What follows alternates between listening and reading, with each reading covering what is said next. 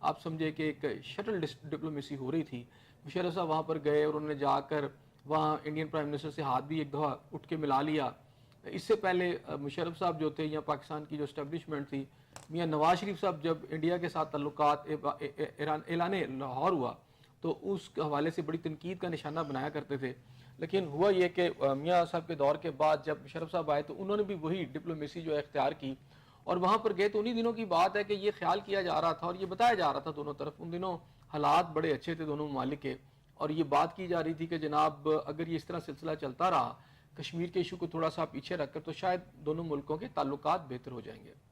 تو مجھے اس دور میں ایک مجھے یاد ہے کہ آئی ایس پی آر کے سابقہ سربراہ جو تھے, ایک وہ ہم ملتان سے آ رہے تھے تو کسی کوریج کے لیے ہم گئے ہوئے تھے اس وقت کے وزیر اعلیٰ پرویز الہی صاحب کے ساتھ. تو جہاز میں مجھے ان کے ساتھ بیٹھنے کا اتفاق ہو گیا.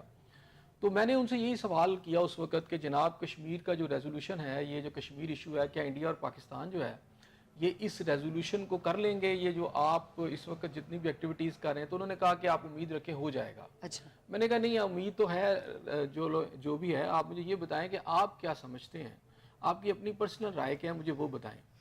تو وہ مسکرائے اور انہوں نے مجھے کہا کہ دیکھیں کشمیر کا ایشو اگلے 100 سال بھی اس طرح حل نہیں ہوگا. اچھا, تو میں نے پھر ان سے پوچھا کہ تو پھر یہ حل کیسے ہوگا؟ تو انہوں نے کہا گولی سے, یہ ان کے الفاظ تھے. اچھا, اور پھر میں نے ان سے کہا تو پھر یہ جو آپ شٹل ڈپلومیسی کر رہے ہیں اور اس ڈپلومیسی کا کیا فائدہ؟ اس کی وجہ سے تو 5-6 لاکھ فوج ہے اس وقت کشمیر کے اندر اسٹیشنڈ ہیں, اور جو وہاں پہ موومنٹ ہے, جو عام لوگ ہیں وہاں پر, جو بھارتی فورسز ظلم و جبر کر رہی ہیں, تو یہ تو بڑا نقصان ہو جائے گا اس سے تو جو کشمیریوں کی جو ایک موومنٹ ہے جو چلی ہوئی ہے وہ تو ایک ریاستی جبر کے تحت انڈیا اپنے مظالم کے تحت ان کو بالکل کل کر کے رکھ دے گا. تو انہوں نے مجھے کہا کہ ہم نے اس دوران ان سے ایک گارنٹی لی ہوئی ہے کہ جب تک یہ ٹاکس چلتی رہیں گی اور جب تک یہ سارے معاملات چلتے رہیں گے, کوئی بھی اگر آپریشن وہاں پر ہوا تو اس کا بڑا سخت جواب دیا جائے گا. تو آپ امید رکھیں ایسا کچھ نہیں ہوگا. تو ہم نے کوئی اس پالیسی کے اوپر کشمیر کے اوپر یو ٹرن نہیں لیا. تو میں نے کہا یہ آپ سب کچھ کیوں کر رہے ہیں؟ تو انہوں نے کہا اس کی وجہ ہے کہ وی آر بائنگ ٹائم سب نا, کہ ہم اس وقت پاکستان کے جن مسائل سے دوچار ہیں ہم یہ چاہ رہے ہیں کہ اس ایشو کے اوپر ہم جنگ میں نہ جائیں, اور اگر ڈپلومیسی کے ساتھ اگر حالات بہتر ہو سکتے ہیں تو ہم اس کو آگے لے کر چل سکتے ہیں. ان دنوں ایک اور بڑا واقعہ مزیدار ہے, میں چاہتا ہوں کہ ضرور ہمارے قارئین کو, ہمارے جو ہے اس وقت ویورز ان کو پتہ چلے. تو انہوں نے اس وقت پرویز الہی صاحب ابھی سی ایم ڈیزگنیٹ ہوئے تھے, تو ہم ایک اخبار میں ہوا کرتے تھے. تو وہاں پر ایک فورم کے اندر وہ میرے پاس آئے, ایک ہم نے ان کا فورم کرنا تھا, تو ابھی انہوں نے ہیلپ نہیں لیا تھا. تو میں نے ان سے ایک سوال کیا, یعنی اس وقت کشمیر کے اوپر بہت سارے آپشنس تھے اور پاکستانی کی قیادت کی طرف بھی اس طرح کے آپشنس تھے جو کہ بعد میں میرا خیال ہے رد کر دیے گئے. تو میں نے ان سے پوچھا کہ جی کشمیر کے اوپر اگر آپ کی جماعت اقتدار میں آتی ہے, اس وقت آ چکی تھی آلموسٹ. اچھا, جمالی صاحب تھے اس وقت کے جو سمجھے پرائم منسٹر. تو میں نے کہا اس کے اوپر آپ کی جو کاف لیگ ہے اس کا موقف کیا ہے؟ تو اس پہ انہوں نے کہا کہ دیکھیں یہ مسائل تو حل نہیں ہو سکتے, تو یہی ہے کہ جو ہمارے پاس ہے وہ ہمارے پاس رہے, تو جو ان کے پاس ہے وہ ان کے پاس رہے. تو میں نے کہا کہ آپ کا یہ آفیشیل, آپ کی جماعت کا یہ آفیشیل سٹیٹمنٹ ہے؟ تو ان کے ساتھ جو ان کے ایڈوائزر تھے انہوں نے کہا نہیں ان کا نہیں ہے, یہ پرویز الہی صاحب کا موقف نہیں ہے. تو میں نے کہا میرے سامنے پرویز الہی صاحب نے یہ بات کی ہے جو ان کا وہ ان کے پاس رہے, ہاں, جو تو ہمارا یہ وہ کہہ تو رہے ہیں میرے سامنے. تو پرویز الہی صاحب نے اپنے اس ایڈوائزر کو دیکھا اور دیکھا کہ شاید ان سے کوئی بات غلط ان کے منہ سے نکل گئی ہے. تو انہوں نے فوری طور پہ کہا نہیں میں اس موقع پر نہیں ہوں. تو میں نے کہا آپ نے ابھی تو مجھے کہا ہے. انہوں نے کہا نہیں میں اس موقع پر نہیں ہوں. تو پھر وہ ان کے جو ایڈوائزر تھے انہوں نے مجھ سے بعد میں بھی گلا کرتے رہے کہ آپ نے بڑی زیادتی کی, آپ ہم سے ایسا موقف لے لیتے, اگر ہم یہ دے دیتے آفیشیلی, یہ چھپ جاتا تو ہمیں بڑا نقصان ہوتا ہے اس بات کا, کیونکہ ہمارا جو آفیشیل جو اس وقت کا بھی حکومت پاکستان کا موقف تھا وہ یہ تھا کہ یو این او کی ریزولوشن کے تحت ہی جو ہے کشمیر کا ایشو ریزالو ہوگا. تو درمیان میں بہت ساری چیزیں آئیں, لیکن آج مجھے لگتا ہے اور یہ اچھی بات ہے کہ گورنمنٹ آف پاکستان نے اس موقف کو بڑا اسٹرانگلی سلامتی کونسل کے اندر دوبارہ سے اٹھایا ہے, اور سلامتی کونسل کو یہ کہا گیا ہے کہ آپ نے جو اس کے جو کور کے جو ایشوز ہیں اس کی ریزولوشن کی ذمہ داری اس وقت سلامتی کونسل کے اوپر ہے. اسی کے اوپر یہ ریزولوشن پاس ہوئی تھی, اسی نے پاس کی تھی, اور پھر اسی کی یہ ذمہ داری ہے کہ کشمیر کے ایشو کے اندر اپنی انوالومنٹ کرے اور اس ایشو کو حل کرے. صحیح. احسن صاحب آپ نے کہا نا کہ اس وقت جب آپ کی گفتگو ہوئی تو اس وقت جو ہے وہ پاکستان کے پاس کشمیر کے حوالے سے آپشنز موجود تھے. آپ اس ابھی جو سچویشن چل رہی ہے آپ کو لگتا ہے کہ اس وقت جو ہے وہ پاکستان کے پاس کوئی آپشنز موجود ہیں مسئلہ کشمیر کے حل کے لیے؟ دیکھیں بڑی قوتوں نے اس وقت بہت ساری کوشش کی, اس کے اندر ایک حال یہ بھی تھا کہ بفر زون کشمیر کو بنا دیا جائے. پھر دیکھیں میری اطلاعات ہیں اللہ تعالیٰ اس کو بہتر جانتا ہے. میری اطلاعات ہیں کہ جب عمران خان صاحب کا دور آیا تو اس کے اندر شاید اس طرح کی کوئی سیٹلمنٹ تھی کہ 3 حصے کر دیے جائیں, جس میں ایک تو یہ ہے کہ ہیلڈ کشمیر ہے آپ کا, اچھا, ایک تو کشمیر کے 2 حصے کر دیے جائیں, ٹھیک ہے, اور اس کے علاوہ جو اوپر جو چائنیز والا ایریا ہے, جو کشمیر سے اوپر والا علاقہ سارا بنتا ہے انڈیا کا, اس کا ایک علیحدہ حصہ بنا دیا جائے, اور کچھ جموں کو کچھ علیحدہ سے کر دیا جائے, یعنی 3 کو اس کو پارٹس میں کر دیا جائے. اچھا, کوئی اس طرح کی بھی تھی کمپوزیشن, اور بھی اس کے بہت سارے آپشن سامنے آتے رہے کہ کسی طریقے سے جو ہے. لیکن یہ جو دونوں ممالک کی جو عوام ہے ان کا جو پریشرز ہے, اس پریشر کے آگے میرا نہیں خیال کہ کسی حکومت کا بھی بس چل سکے گا اس طرح کا کوئی حل جو ہے اس کو امپلیمنٹ کرنا. اور دوسری بات ہے کہ کشمیری اس کو نہیں مانیں گے کسی بھی صورت میں. کشمیریوں کے پاس ایک ہی آپشن ہے کہ وہ اپنا فیصلہ خود کریں. لیکن اچھا, یہاں پر بھی مصباح جو ایشو ہے کہ ایک گروپ جو ہے یہاں یہ بات پھیلائی جا رہی ہے کہ جناب کشمیر کے اوپر, کشمیریوں کا ایک گروپ یہ چاہتا ہے کہ کشمیر کو بالکل انڈیپینڈنٹ کر دیا جائے.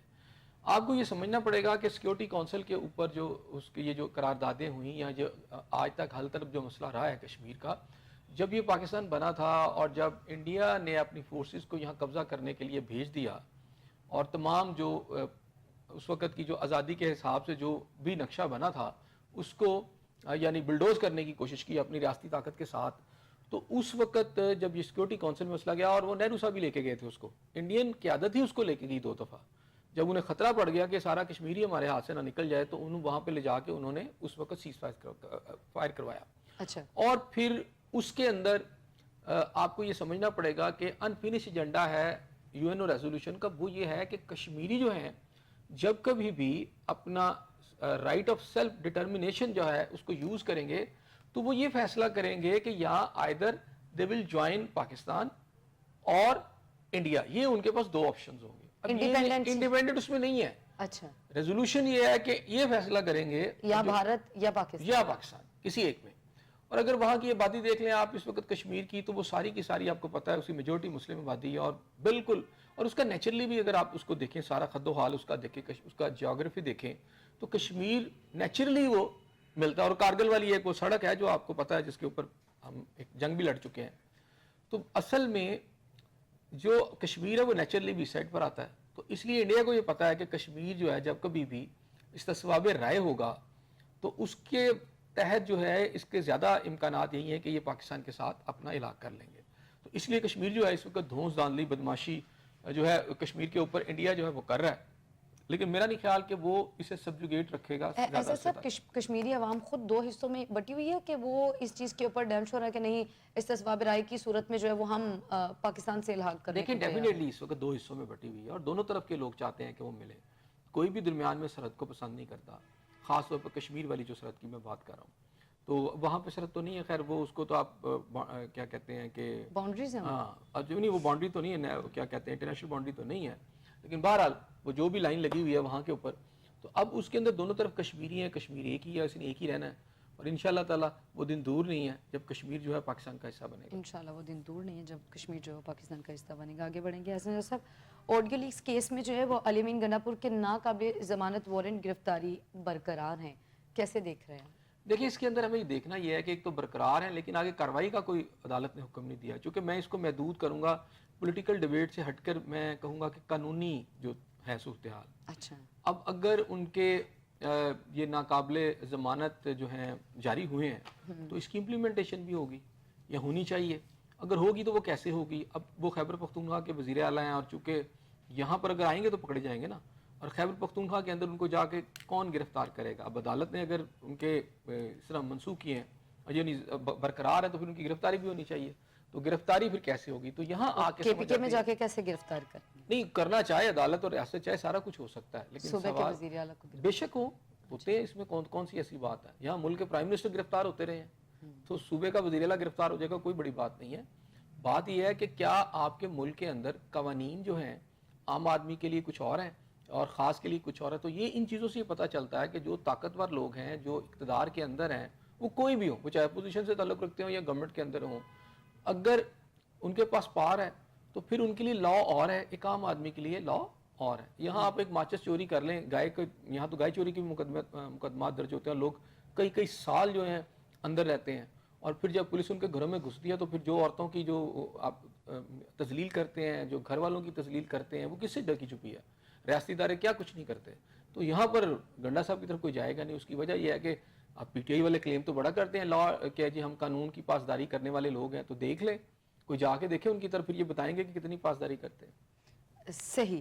ایسا صاحب چونکہ اس وقت جو سچویشن ہو چکی ہے پی ٹی آئی کی, آپ سمجھتے ہیں کہ جتنے مسائل میں اس وقت گری ہوئی ہے پی ٹی آئی, اور پھر وہ صوبے کے وزیر اعلیٰ کے وارنٹ گرفتاری برقرار رہنا, آپ کہہ رہے ہیں کہ اس کے اوپر عمل درآمد بھی ہونا چاہیے, تو پی ٹی آئی کے لیے تو ایک دور وہ ہے جو یہ جو ہو رہا ہے سلسلہ, یہ آج کا یہ تو نہیں کہ ان کے لیے ان کے ساتھ ہو رہا ہے صرف, ماضی کے اندر پاکستان پیپلز پارٹی کے ساتھ ہے. میں آپ کو ان کی تقاریر اسمبلی میں سنا دیتا ہوں. جب یہ بلاول بھٹو صاحب چیخ رہے تھے, آج میں نے سوشل میڈیا پہ ان کی ایک اسپیچ دیکھی جس میں وہ کہہ رہے تھے کہ جی ہم اس ریاست میں ہمارے خاندان نے اتنی لمبی سیاست کی اور ہماری عورتوں کے ساتھ یہ کیا جا رہا ہے, ہمارے گھر والوں کے ساتھ یہ کچھ کیا جا رہا ہے. اور بھٹو خاندان کے ساتھ تو جو ظلم و ستم نے اس ریاست نے کیا ہے, اس جو اسٹیبلشمنٹ نے کیا ہے, وہ کسی سے ڈھکا چھپا تو نہیں ہے. اور اس کے بعد اگر میں بات کروں مسلم نواز کی, تو جو اس وقت میاں نواز شریف صاحب کے ساتھ بھی, وہ بھی پرائم منسٹر ہے, 2 دفعہ ان کو بھی اتارا گیا, اور جو کچھ ان کے ساتھ بھی ہوا, ان کی فیملی کے ساتھ بھی ہوا, سب جانتے ہیں. اب وہ پی ٹی آئی بھی اسی کے میرا خیال ہے تناظر میں اور اسی فریم ورک میں آ چکی ہے, اور اس میں ان کے لوگ گرفتار ہیں. لیکن اب پی ٹی آئی کا جو مسئلہ ہے نا, تھوڑا سا ڈفرینٹ اس لیے ہے کہ بہت سارے 9 مئی کے واقعات کے بعد ہی ان کی سارے سین جو ہے نا بالکل بدل گئے, اور ان کی قیادت کا ایک بڑا حصہ اصل میں جو گرفتاریاں جو ان کی ہوئی اس سے پہلے نہیں ہوئی اس طرح, ان کی 9 مئی کے بعد شروع ہوئی ہیں. 9 مئی کے واقعات کے بعد اگر آپ دیکھیں کہ یہاں میاں اسلم اقبال صاحب ہوں یا کوئی اور ہو, یا شاہ محمود قریشی صاحب ہوں, یہ سارے کے سارے بیسیکلی 9 مئی کے بعد کے واقعات ہیں سارے, اس کے اندر ان کا آیا. اور اس کے اندر ظاہری بات ہے کہ جب انسٹالیشن جلائی گئی, وہاں پر توڑ پھوڑ کی گئی, اور جو لا اینڈ آرڈر کو ہاتھ میں لیا گیا, تو وہ اس کے نتیجے میں قوانین نے جو تھا وہ حرکت میں آنا تھا, جو قانونی ادارے تھے انہوں نے حرکت میں آنا تھا, گرفتاریاں ہونی تھی, مقدمات درج ہونے تھے, وہ ہوئے.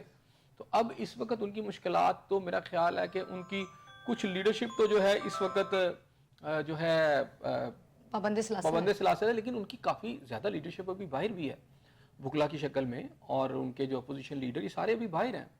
تو پی ٹی آئی کے ساتھ جو لیڈرشپ ان کی باہر ہے, وہ تو آپ سمجھتے ہیں وہ اس وقت باؤنڈ ہو چکی ہے؟ نہیں, باؤنڈ نہیں ہے. دیکھیں نا, اسمبلی کے اندر موجود ہے, اور آج دیکھ لیں کہ آج وہ اسی لیڈرشپ کے ساتھ بات ہو رہی ہے کہ ان کو موقع ملا جب کہ آپ آئیں جی پارلیمنٹ کے اجلاس کے اندر, وہ نہیں گئے. انہوں نے ایک فیصلہ کیا, وہ گرفتار تو نہیں تھے, پابند سلاسل تو نہیں تھے, سارے آ سکتے تھے, اور وہ نہیں آئے. اور اس کے بعد آج کی جو لیٹسٹ ڈیولپمنٹ ہے, جس کے اندر ایک رانا ثناء اللہ صاحب نے بھی بیان دیا, اور اس سے پہلے بھی بلاول بھٹو صاحب نے بھی بات کی. ایک تو انہوں نے اپوزیشن کے اسی کریکٹر کو, کیونکہ اپوزیشن کی میں سمجھتا ہوں کہ 9 مئی کے واقعات کے کچھ لوگوں کو اگر نکال دیا جائے ان کی لیڈرشپ کے اندر, تو جو نئی لیڈرشپ ڈیولپ ہو کے باہر آئی ساری کی ساری, وہ ساری اس وقت باہر موجود ہے. ان کے تو یہ سارے کے لوگ, تو میں سمجھتا ہوں 25% ان کے لوگ گرفتار ہیں, اور 75% ان کے آزاد ہیں, اسمبلیوں میں موجود ہیں, اپوزیشن لیڈر باہر موجود ہیں, آپ ان کی باقی جو قیادت ہے وہ ساری موجود ہے. تو اب ان کو ایک آپشن بھی آیا ہے کہ جی ٹھیک ہے آپ نہیں آئے. تو اس میں بلاول بھٹو صاحب نے بہت ساری تنقید کی, اور ساتھ انہوں نے یہ بات بھی کی کہ اپوزیشن کو اس موقع سے فائدہ اٹھانا چاہیے تھا, ریاست کے خلاف جو ایک موقف ہے یا ایک بیانیہ نہیں بنانا چاہیے تھا. لیکن انہوں نے انٹرنل جو بات سامنے آئی ہے, رانا ثناء اللہ صاحب جو ہیں معاون ایک خصوصی ہیں وزیر اعظم پاکستان کے, ان کا کہنا یہ ہے کہ جناب پاکستان پیپلز پارٹی نے یہ بات کہی ہے کہ ہمیں موقع دیں, ہم پاکستان تحریک انصاف کے ساتھ جو ہیں مذاکرات کرتے ہیں. تو ان کا کہنا ہے کہ ٹھیک ہے جی, پاکستان پیپلز پارٹی بھی حکومت کا حصہ ہے, تو وہ کر لیں مذاکرات, اور اچھی بات ہے آپ آ جائیں اور کر لیں مذاکرات. اور اگر وہ آتے ہیں تو ہم سیکیورٹی کونسل کا جو اجلاس ہے اپنا دوبارہ سے بلا لیتے ہیں. ہماری جو ہائی پاورڈ ایک آپ کی سیکیورٹی کی جو کونسل ہے یا جو بھی آپ کا ایک باڈی ہے, تو اس اجلاس میں ان کو دوبارہ سے بلا لیتے ہیں, اور بلا کر ان کا دوبارہ سے ایک کنسنسس کریٹ کر لیتے ہیں. تو اب ایک نئی آفر پی ٹی آئی کو دوبارہ چلی گئی ہے, جو آپ کل کے پروگرام میں کہہ رہی تھی نا کہ دوبارہ ہو سکتا ہے کہ نہیں ہو سکتا, جی وہ کیوں نہیں بلاتے, لے جی اب انہوں نے بلا لیا. اچھا, اب پی ٹی آئی والوں کو دیکھتے ہیں یہ کیا کرتے ہیں, کہ یہ دوبارہ ہی کیا اسی سٹانس پہ رہتے ہیں یا کوئی نیا سٹانس لے کے آ جاتے ہیں. ایسا صاحب اس وقت تو چونکہ یہ مشترکہ مخلوط حکومت ہی ہے, وہ پی ایم ایل این ہو یا جو وہ پیپلز پارٹی ہو, اب پی ٹی آئی کے لیے اعتماد کس طرح ہو سکتا ہے؟ وہ تو کہتے ہیں یہ مخلوط لوگ ہیں, جیسے جو پی ایم ایل این ہے وہی جو ہے وہ پیپلز پارٹی کے لوگ ہیں. اس سے قبل انہوں نے بلایا تھا تو وہ ان کی شرکت دیکھیں آپ کی مجھے سمجھ نہیں آتی. یہاں تو آپ ایک بات پہ ہیں, کل آپ یہ کہہ رہی تھی جی کیوں نہیں بلاتے, اب میں نے آپ سے کہ جی کیوں نہیں کرتے یہ ان کو انگیج نہیں کرتے, اب وہ کرنے لگے ہیں, تو آپ کہتے ہیں جی وہ یہ ان کے ساتھ انگیج ہو کے کیا فائدہ. نہیں, میں کہہ رہی ہوں کہ مطلب یہ ہے کہ پی ٹی آئی کا, یہ پوچھ رہی ہوں کہ پی ٹی آئی اس کے لیے انٹرسٹڈ ہوگی چونکہ وہ حکومت کے لیے تو انٹرسٹڈ نہیں یہ تھی تو نا. انہوں نے چلے جواب اس دینا کو نا. آپ یہ کہہ لیں یہ تو انہوں نے- کہ پی ایم ایل این کے لیے تو وہ انٹرسٹڈ نہیں تھی. دیکھیں آپ ایک چہرہ بدل کے سامنے آ جاتا ہے بلاول بھٹو زرداری کی صورت میں, تو وہ چہرہ اتنا ہے قابل قبول کہ وہ ان کی بات کو. دیکھیں ان کے پریزیڈنٹ ہے اس وقت, اور پیپلز پارٹی اس وقت مین آپ کے سمجھے کہ سٹیک ہولڈر ہے اس گورنمنٹ کے اندر. صحیح. اور ظاہری بات ہے کہ اگر وہ ڈائریکٹلی مسلم نواز سے نہیں کرنا چاہتے, ان کا زیادہ غصہ ان کے اوپر ہوگا, تو ایک پارٹی تو اندر موجود ہے نا. ہوتا یہ ہے کہ جیسے آپ ایک وقت تو یہ تھا کہ آپ مولانا فضل الرحمان کو ڈیزل کہتے تھے اور سارا کچھ کرتے تھے, پھر نمازیں پڑھی نا پیچھے. رائٹ. تو اتنی شدید مخالفت کے باوجود آپ ان کے پیچھے نمازیں بھی پڑھتے رہے, اور پھر جوائنٹ تحریک چلانے کی بھی باتیں پچھلے دنوں آپ کرتے رہے. تو اس میں پیپلز پارٹی تو میرا خیال ہے اتنا زیادہ پی ٹی آئی کا اتنا زیادہ میرا خیال ان کا تضاد بھی نہیں ہے, نہ اتنا کوئی فاصلہ ہے, وہ ہو بھی سکتی ہے. تو پولیٹیکلی آپ سے میں نے کہا کہ پولیٹیکلی جماعتوں کو جب آپ سیاسی جنگ میں جاتے ہیں تو آپ مذاکرات کی ٹیبل پہ بیٹھنا پڑتا ہے.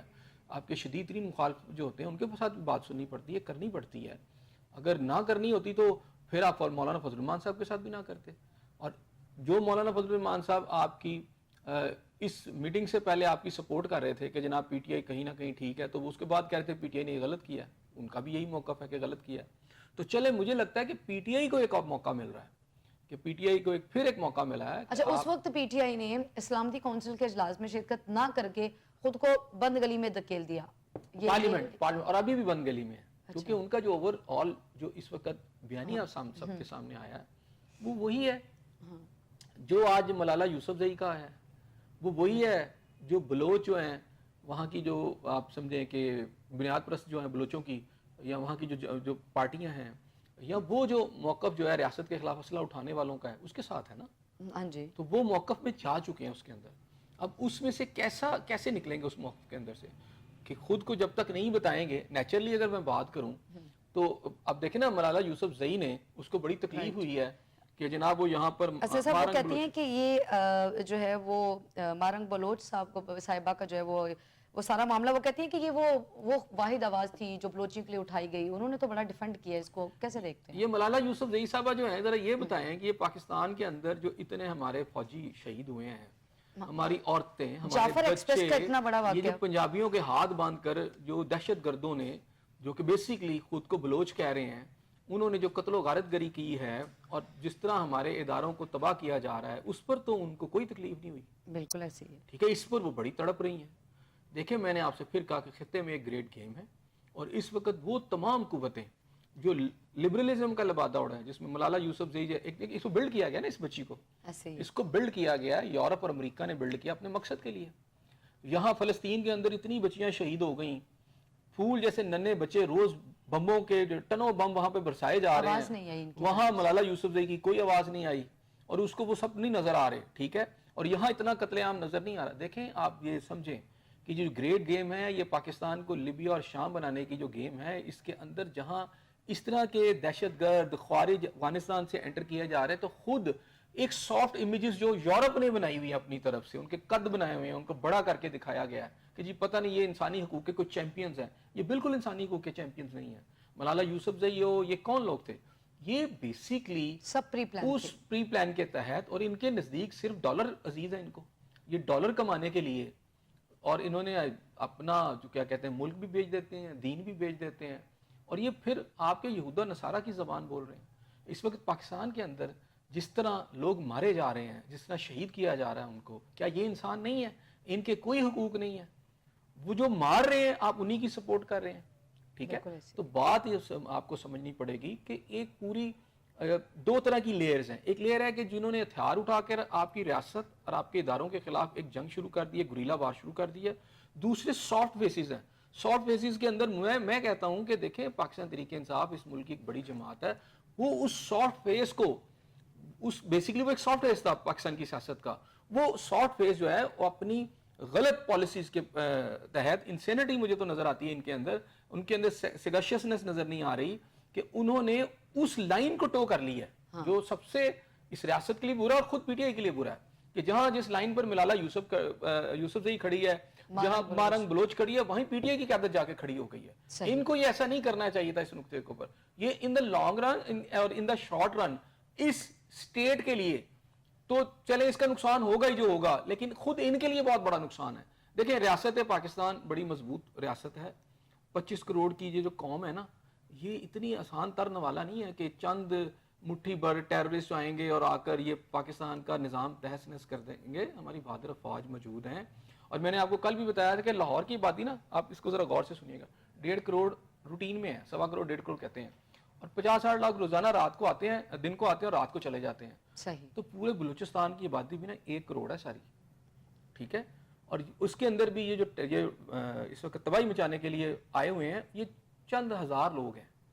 اور پاکستان کی چند ہزار لوگ ہیں نا, ہم ان چند ہزار لوگوں کا کلا کیسے کما کر سکتے ہیں؟ چاہیے ملالہ یوسفزئی جیسے لوگ ہوں, مارن بلوچ جیسی خاتون ہوں. دیکھیں اس کو ٹیکل کرنا ہے. دیکھیں وہ تو کر لیں وہاں پر بیٹھ کے, یورپ اور امریکہ, اور ان کا یہ خیال ہے کہ دیکھیں وہ اس طرح کے بیانات دے کر نا اپنا ریٹ بڑھاتے ہیں, ان کے ڈالر بڑھتے ہیں, ان کے اکاؤنٹس بڑھتے ہیں, اور ان کو سپورٹ کیا جاتا ہے, اور ان کو یہ بتایا جاتا ہے کہ پاکستانی عوام کو یہ شو کرنے کی کوشش کرتے ہیں کہ یہ شاید پاکستانی عوام کا چہرہ ہے, دنیا کو دکھاتے ہیں. لیکن پیچھے سے پاکستانی عوام نہ تو ملالہ یوسفزئی کو سپورٹ کرتی ہے, نہ یہ پاکستانی قوم کا چہرہ ہے, نہ یہ ہماری عورتوں کی کوئی ریپریزنٹیٹیو ہے, اور نہ ہی پاکستان کے لوگ. ان کا کچھ بھی نہیں ہے. بس یہ انہوں نے تیار کیا ہوا ہے, ایک فیس ایک تیار کیا ہوا ہے. اسی طرح ایک مارنگ بلوچ کا ایک آپ کا فیس یہاں تیار کیا گیا ہے. دیکھیں بلوچوں کی محرومیاں ہو سکتی ہیں, میں نے پھر آپ سے کہا کہ مان لیتا ہوں بلوچوں کی محرومیاں ہوں گی, لیکن کیا پنجاب میں محرومیاں نہیں ہیں؟ آڑ میں یہ کیسے ہو سکتا ہے کہ آپ ملکی جلانے کا سوچتے ہیں؟ جی بالکل.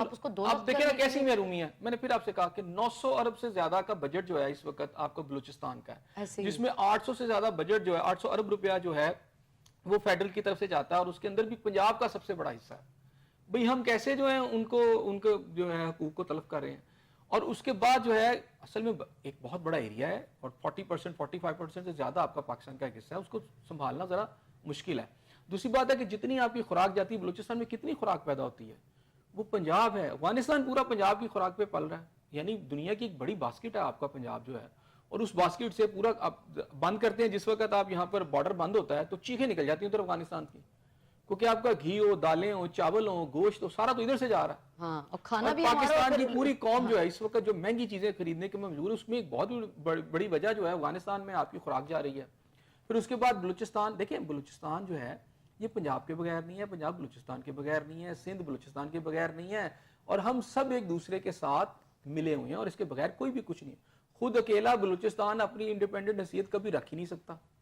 تو وہاں پر ایک مائنڈ سیٹ ہے, اور مائنڈ سیٹ کون سا ہے, اس کے پیچھے آپ کی را کھڑی ہے. یہ پوری ٹریننگ کے ساتھ ایک مائنڈ سیٹ ہے. اور جو آپ کو یاد ہوگا کہ 71 کے اندر جو مکتی بانی والی گیم چل رہی تھی, وہ اصل میں یہاں چلانے کی ایک کوشش کی جا رہی ہے, اور وہ اس وقت وہ بلوچستان کو زیادہ اگنائٹ کرنے کی کوشش کی جا رہی ہے. اب ادھر سے مجھے خیبر پختونخوا کا وزیر اعلیٰ کی میں پھر آج بات کر لوں گا, کیونکہ ویسے نکلے ہیں کہ جی ان کو ضمانت, ان کی وارنٹ جو ہے اس میں ضمانت نہیں ہو سکتی. تو بہرحال ان کا جو بیان ہے کہ وہ کہتے ہیں 9,000 آ گئے یا 11,000 آ گئے ہیں تو میں جو ہے آپریشن نہیں ہونے دوں گا. تو جب آپ آپریشن نہیں ہونے دیں گے تو کیا آپ ان کی سپورٹ کر رہے ہیں؟ اور آپ یہ چاہتے ہیں کہ 9,000 جو آ گئے ہیں مسلح لوگ پاکستان کے اندر, وہ آ کے لوگوں کے یہاں گلیں کاٹیں, یہاں پر لوگوں کو شہید کریں, یہاں کے جو ادارے ہیں ان کو برباد کریں. مصباح یہ یاد رکھیے گا, کسی بھی ملک کی حفاظت کی جو آخری دیوار, آخری سرحد, لاسٹ ڈیٹرنس, وہ فوج ہوتی ہے. اگر وہ برباد ہو جائے یا اس کو نقصان پہنچ جائے یا اس کے پیچھے جو باقی ادارے تباہ ہو جائے, تو کسی ملک جو ہے نا اس کے پاس اتنی ہمت اور طاقت نہیں رہتی کہ وہ اپنی حفاظت کر سکے. پھر وہ شام ہوتا ہے, پھر وہ لیبیا ہوتا ہے, وہ پھر یمن ہوتا ہے, پھر آپ جس کا مرضی نام لے لیں. اور کل کی میں نے آپ کو رپورٹ ہم نے یہاں ڈسکس کیا کہ دہشت گردی کے اندر اس وقت جو انٹرنیشنل جو آپ کی جو لسٹ آئی ہے اس میں پاکستان 2nd نمبر پہ ہے, 3rd نمبر پر آپ کا شام چلا گیا. تو اتنی بڑی صورتحال کے اندر بھی آپ مجھے یہ بتائیں کہ جو لوگ مارنگ بلوچ کے ساتھ کھڑے ہیں, تو کیا وہ پاکستان وہ دہشت گردوں کے ساتھ جو کھڑے ہیں, میں کہتا ہوں مارنگ بلوچ ہے یا باقی بھی ان کے لوگ ہیں, ان کے جو بھی مسائل ہوں گے وہ بیٹھے آ کے بات کریں, ٹھیک ہے نا. یہاں ہمارے جو پنجاب کے لوگ ہیں ان کی بھی بہت ساری محرومیاں ہیں, سندھ کے لوگوں کی بھی محرومیاں ہیں. کیا اپنی فوج اپنے ملک پہ چڑھ دوڑتے ہیں لوگ؟ نہیں, یہ بہانہ ہے. اس بہانے کے تحت, اس جسٹیفیکیشن کے تحت ایک گریلا وار اور پاکستان کو برباد کرنے کی ایک وار جو ہے اس کو شروع کر دیا گیا ہے, اور انشاءاللہ تعالی کچھ نہیں ہوگا.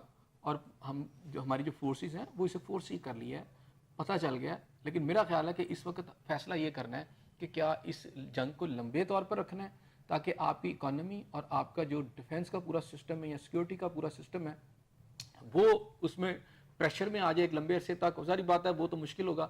میرا خیال ہے شارٹ ٹرم اس کے اندر جو ہے نا بہت زیادہ اقدامات کی ضرورت ہے. اس میں میں آج سجیسٹ ضرور کروں گا, میرا خیال ہے کہ وہ زیادہ امپورٹنٹ مجھے نظر آتا ہے وہ یہ ہے کہ اس وقت تک جو مجھے سب سے بڑی اسٹیبلشمنٹ نظر آتی ہے نا ان کے دہشت گردوں کے خلاف یا وہ ہے آپ کی پولیس. اچھا اگر پولیس کو ابھی اس وقت ہماری جو پولیس ہے نا وہ صوبائی سطح پہ ڈیوائیڈڈ ہے, ہر صوبے کی پولیس اپنے انداز میں چل رہی ہے, اس کو سینٹرلائز ہونا چاہیے, اس کا کوئی مرکز ہونا چاہیے, اور اس مرکز کے اندر جتنی بھی آپ کی ٹریننگ ہے, دیکھیں نا آپ سی ٹی ڈی مقدمات جو جعفر ایکسپریس والے سی ٹی ڈی نے کہیں مقدمات بھی درج کیے ہیں, کوئی یہاں پر ہوتے ہیں, تو جب سی ٹی ڈی درج کرتی ہے یا کوئی اور درج کر رہا ہے تو پولیس ہی کرے گی نا. تو پورے ملک میں پولیس ایک سینٹرلائز کمانڈ ہو, وہیں پر انفارمیشن کا ان کا اپنا بھی ایک طریقہ کار ہو, اور وہیں سے فوری طور پر آپریشنز ہو. اور جو پاکستان کی عسکری قیادت جو فورسز ہیں ان کو چاہیے کہ جو اس وقت پورا آپ کا جو خیبر پختونخوا کا پورا جو آپ کا بارڈر ہے جو آپ بات کرتی ہیں, بلوچستان کا پورا بارڈر ہے, وہاں پر پوری سیکیورٹی بڑھا دیں تاکہ ادھر سے انفلٹریشن نہ ہو سکے. درمیان میں آپ کی پولیس اور جو دیگر ادارے ہیں جو تھوڑے سے لا اینڈ آرڈر کے سمجھیں آپ کی تھوڑے سے عسکری بھی ہیں اور تھوڑے سے آپ کے جو سویلین ادارے بھی ہیں, ایک مکسچر کر کے ایک پرامپٹ آپریشنز ہونے چاہیے. کیونکہ جب ایک مرکز ہوگا اور وہاں سے میرا خیال ہے کہ آپ یوں سمجھ لیں کہ جیسے ایک سینٹرل پوائنٹ ایسا ہو, ایک سینٹرل ادارہ جہاں پہ تمام صوبے کے اگر آئی جیز ہیں تو ان کو بھی وہیں سے آنا چاہیے, جو آپ کے باقی دیگر افسران ہیں وہیں پر ہوں, اور ہر ایک کی جو پرفارمنس ہے وہیں سے چیک ہو, تاکہ ایک سینٹرلائز جب سسٹم ہوگا تو پھر ایک تو ایکشن بڑا تیزی سے ہو جائے گا, اس کا ریسپانس بڑا تیزی سے ہو جائے گا. مثلا سینٹرلائز بیٹھے ہوئے آپ کو پتہ چلا ہے کوئٹہ میں کوئی واقعہ ہو گیا تو فوراً وہاں سے پولیس موو کرے گی, اگر لاہور میں کوئی واقعہ ہو گیا تو موو کرے, یعنی ایک سینٹرلائز اس میں ایک کوئکنیس آ جائے گی, آپریشن جلدی ہوگا. آپ آپریشن کی بات کریں نا, ایک بڑا آپریشن یا گرینڈ آپریشن, سیاسی جماعتوں کی جو ہے وہ متحد ہوئے بغیر آپ سمجھتے ہیں کہ ایک وسیع پیمانے پر آپریشن جو ہے وہ ہو دیکھیں سیاسی جماعتیں جو ہیں نا اس میں متحد ہیں, تقریباً ساری متحد ہیں, ماسوائے پی ٹی آئی کی ٹھیک ہے نا. اور پی ٹی آئی کے جب ملک آپ کا اس طرح کی صورتحال سے دوچار ہو تو آپ اس بات پہ نہیں لگے رہتے کہ ایک جماعت کو خوش کرنے میں آپ لگے رہیں اور جو دہشت گرد ہیں وہ آپ کا بالکل آپ کو یہاں پہ برباد کر دیں. مثال ہے کہ اگر انڈیا کی طرف سے کوئی اٹیک آئے گا تو آپ وہاں پہ پی ٹی آئی سے مشاورت کرتے رہیں گے, آپ وہاں پہ فوراً رسپانس دیں گے. تو یہ آپ وار لائک سچویشن میں انٹرنل آپ کے ایک وار ہے, اور اس میں افغانستان سے آپ کا وار زون جو ہے شفٹ کیا جا چکا ہے اس وقت پاکستان کے اندر, باقاعدہ گریلا وار ہے, افغان گورنمنٹ اس میں ملوث ہے, را اس میں ملوث ہے, موساد اس میں ملوث ہے, ایون سی آئی اے بھی ملوث ہے, اس نے ہمارے ساتھ آگے بھی ہمارے ساتھ ڈبل گیم کی, ہمیں وار آن ٹیرر میں شامل کیا اور ٹی ٹی پی تیار کر کے را کے تھرو پاکستان کے اندر اٹیکس بھی ساتھ کروائے. ٹھیک ہے نا. تو یہ سی آئی اے کا اپنا بھی ایک کام ہے, تو ہمیں اپنی آنکھیں جو ہیں وہ روشن رکھنی پڑیں گی, کھلی رکھنی پڑیں گی, اور اس کو اس طرح ڈیل کرنا پڑے گا. ایسا صاحب کل وزیر اعلیٰ بلوچستان نے دہشت گردی کے حوالے سے ایک بڑی اچھی حکمت عملی ترتیب دی, آپ سمجھتے ہیں کہ اس کے اوپر اتنے ہی بہتر طریقے سے عمل درآمد بھی ہوگا؟ دیکھیں آپ کی بات ٹھیک ہے, اس وقت ہوا ہے, ہمارے یہاں بڑے قابل لوگ بھی ہیں, پولیٹیکل لوگ بھی سمجھتے ہیں کہ حکمت عملی ہونی چاہیے, انگیج کرنا چاہیے. میں سمجھتا ہوں ان تمام لوگوں کو, ان تمام قوتوں کو جو ریاست کے خلاف جو ہے اسلحہ نہیں اٹھانا چاہتے, آپ ان کو انگیج کریں. اگر کہیں پر محرومیاں ہیں ان محرومیوں کو ریزالو کریں. ٹھیک ہے. اور اس کے علاوہ میں سمجھتا ہوں کہ بلوچستان کے اندر مینگل صاحب ہیں اور اس طرح کے بہت سارے ایسے لوگ موجود ہیں جنہوں نے شاید پاکستان کے خلاف اسلحہ تو نہیں اٹھایا لیکن وہ ناراضگیاں ہیں. تو ایسے بہت سارے لوگ جو ماضی میں جنہوں نے پاکستانی حکومت کے ساتھ اور پاکستان کی ریاست کے ساتھ مل کر جو اس طرح کے جو دہشت گرد تھے ان کے خلاف کوئی رول پلے کیا, تو ان کو انگیج کرنا چاہیے. اور پھر یہ جو ہے کہ بلوچ جو ہیں ان کے جو عام ایک نوجوان بلوچ ہے وہ دیکھنا پڑے گا کہ اس کی احساس محرومی جو ہے اس کو کیسے دور کیا جا سکے.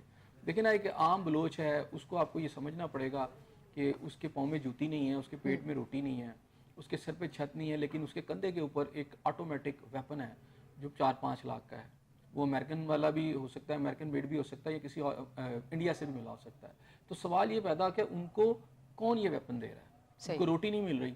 پری پلان لوگ ہیں نا. ایسا سب پاکستان کو وہ معصوم بچوں کا قتل ہو یا وہ پوری جعفر ایکسپریس کا اغوا ہو, اس حوالے سے تو وہ ملالہ یوسفزئی جیسے لوگ جو ہوتے ہیں وہ ان کو وہ سامنے نہیں آتے, لیکن بلوچستانی کی بلوچیوں کی محرومیوں کا بہانہ بنا کے یا پھر وہ مسنگ پرسن کا بہانہ بنا کے سامنے آ جاتے ہیں. ایسے لوگوں کے خاتمے کے لیے اس کی وجہ پتہ کیا ہے, اس کی وجہ دیکھیں میرا خیال ہے کہ پاکستان کے اندر ملالہ یوسفزئی کو کوئی لوگ جو ہے نا تھوڑا سا کوئی نام نہاد لبرل طبقہ شاید پسند کرتا ہوگا, لیکن عموماً نہیں پسند کیا جاتا, اکثریت میں نہیں پسند کیا. Malala Yousafzai is not the voice of Pakistani people, right, is not the voice of Pakistani nation.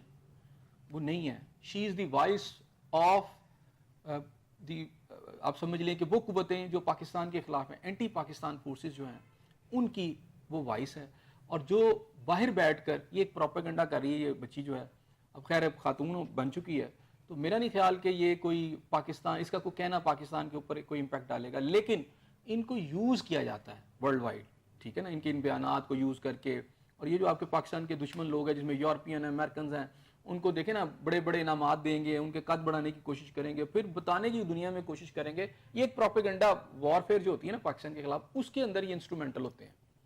تو بہرحال پاکستان کو اس حوالے سے بھی ڈیل کرنا ہے. تو بہت سارے اس وقت آپ سمجھ لیں کہ فیسز ہیں جہاں پر پاکستان کو جا کے کام کرنا ہے. بالکل صحیح ہو گیا. آگے بڑھیں گے. ایسے صاحب 7 آئی پی پیز نے جو ہے وہ حکومت کو پیشکش کی ہے کہ اگر ان کے خلاف مبینہ غیر معمولی جو منافع خوری کے حوالے سے جو جاری تحقیقات ہیں اگر وہ بند کر دی جاتی ہیں اور جو عدالتوں میں کیسز ہیں وہ بھی ختم کر دیے جاتے ہیں، تو انہوں نے کہا پھر وہ بجلی کے نرخ میں فی یونٹ 50 پیسے کمی کا سوچ سکتے ہیں. اب دیکھ لیں، اس کا مطلب ہے کہ دیر از سم تھنگ، یہ بلیک میلنگ کا ہے، یعنی بلیک میلنگ تھوڑا سا انہوں نے اللہ سے ٹویسٹ کیا تو آگے ہیں. اور اس کا مطلب ہے کہ کتنی منافع خوری ہوئی ہوئی نا، جو اس حد تک آگے ہیں کہ جناب ہم تیار ہیں اگر ہمارے خلاف آپ کیسز بند کر دیں. ان کو پتہ ہے کہ جناب اگر یہ کیسز آگے چلیں گے تو بہت کچھ اور جو ہے وہ نکلے گا باہر، اور پتہ چلے گا کہ اس قوم کے ساتھ کیا کیا ظلم ہوئے ہیں.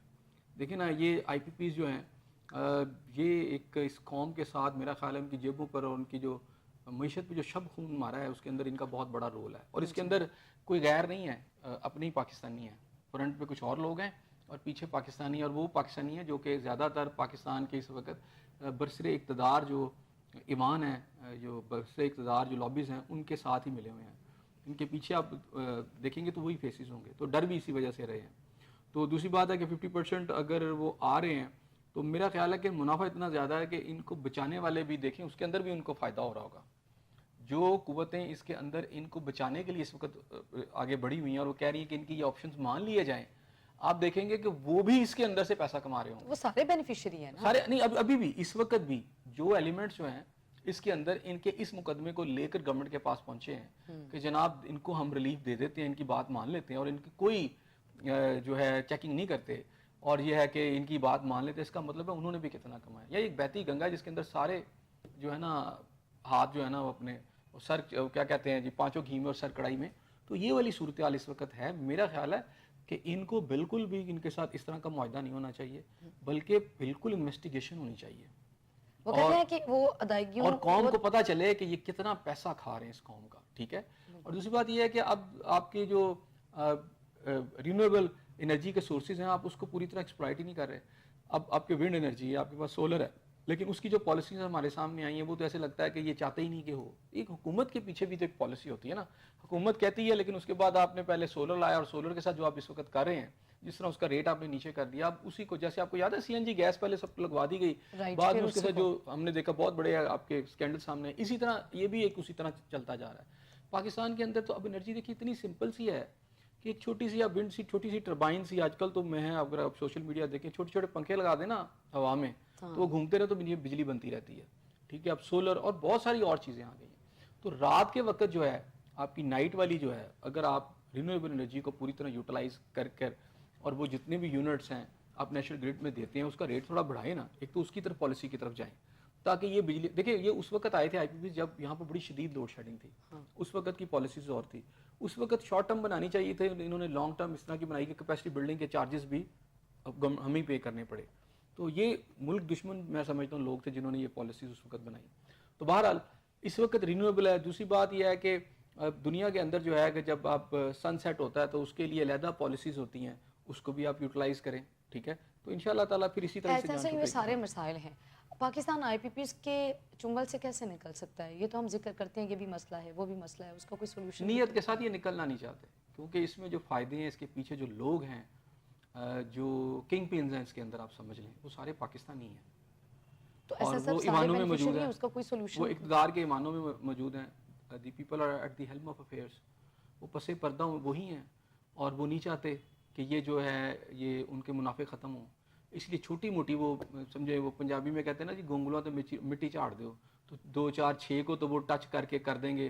جیسے آپ نہیں دیکھا جب منشیات پکڑی جاتی ہے پولیس جو ہے نا یا بہت سارے ادارے کیا کرتے ہیں کہ منشیات کے 10 ٹرک گزار دیتے ہیں، ایک پکڑ لیتے ہیں، پھر اس کی میڈیا کے ذریعے خبریں بنواتے ہیں کہ جی ہم نے بہت بڑی کارروائی کر دی، 9 گزر چکے ہوتے ہیں. اسی طرح کچھ اسی طرح کی یہ صورتحال ہے کہ 100 کے قریب ہیں، چلیں 8 10 کو پکڑ لیتے ہیں، باقی 90 جو ہے مین وہ کام کرتے رہیں گے. صحیح ہو گیا. بہت شکریہ احسن ضیاء صاحب آپ کا. ناظرین آپ کا پروگرام دیکھنے کا بہت شکریہ. فی الحال اور احسن ضیاء صاحب کو دی اجازت. کل پھر ملاقات ہوگی سیم چینل سیم ٹائم. اللہ نگہبان.